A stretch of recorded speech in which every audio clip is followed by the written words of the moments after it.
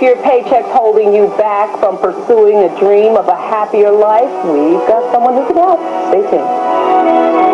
If you're caught between a lifelong dream and a dead-end job, find out how to break free when we come back.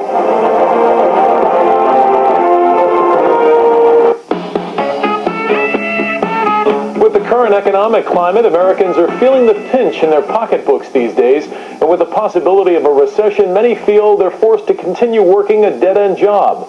Delatorro McNeil, career transition coach and author of a new book, Caught Between a Dream and a Job, How to Leave the 9-to-5 Behind and Step into the Life You've Always Wanted, joins us this morning to show us how to pursue the right people, the right attitude, and resources to make all your dreams come true. Welcome, Delatorro. Thank you so much. It's an honor to be here with you, Greg. You know, the first thing that struck me about the book is you have a statistic in there that says more than 80% of Americans don't like the job they have. 87% of Americans will say that they dislike their jobs, and that's an amazing number. You think maybe you caught them on a bad day, or is it true?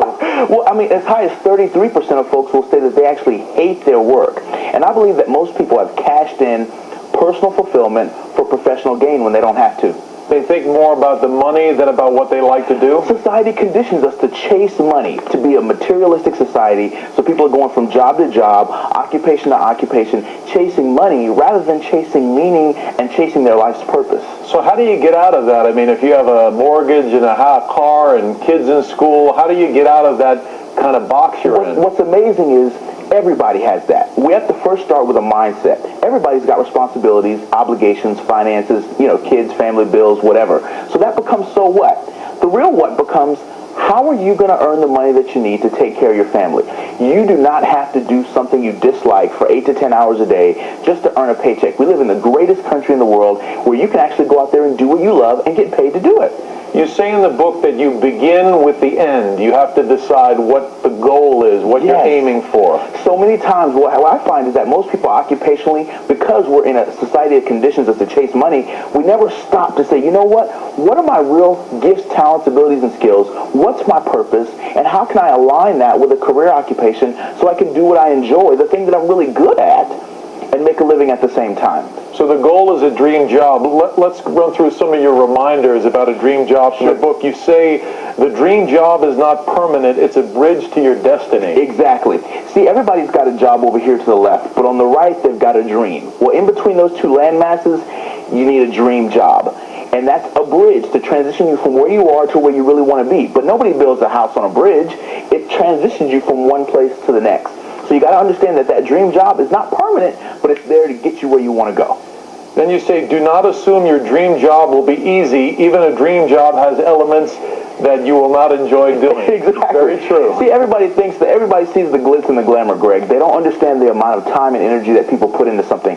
So I believe it's significant to understand that you can't be ruled by how you feel. Oprah doesn't always feel like being in front of the camera. Denzel doesn't always feel like acting and directing. Great people don't always feel like doing what they do, but they push beyond that and do it anyhow. A dream job does not give birth to your ultimate dreams. It enables you to transition to your dream. Exactly. My dream job was a career position at the University of South Florida after I left corporate America. I was there for 2 years, while on nights and weekends I was building my speaking dream on the side. And once my speaking and publishing career hit 6 figures, while I was working my $40,000 a year job at USF, I was able to transition into speaking and publishing full-time, and I've been full-time for 5 years now. So what's the key? Just seeing what it is you love to do and then trying to figure out from there where to go? The key is, and what makes this book so different, is that this book gives you the actual how-to. The key is to really discover what you love, the thing that you're willing to master. Because you can't just have a passion for it. You got to be saying, what am I willing to master? What gift do I have that I'm willing to master that people will pay me for? And people will pay you to do so many things. And get really, really good at that thing, and then market yourself to the folks out there that have the problem that your gifting solves. Find mentors and people who will help develop your gift and talent. And then get yourself in the right place at the right time and build those relationships. But transition strategically. Use that dream job to help you pay for yourself and your benefits and your family while you're building your dream on nights and weekends. You talk about that in the book of mentors and coaches, relationships, finding people who can help you get to where you want to go. Absolutely Hang on to them and use them to help you.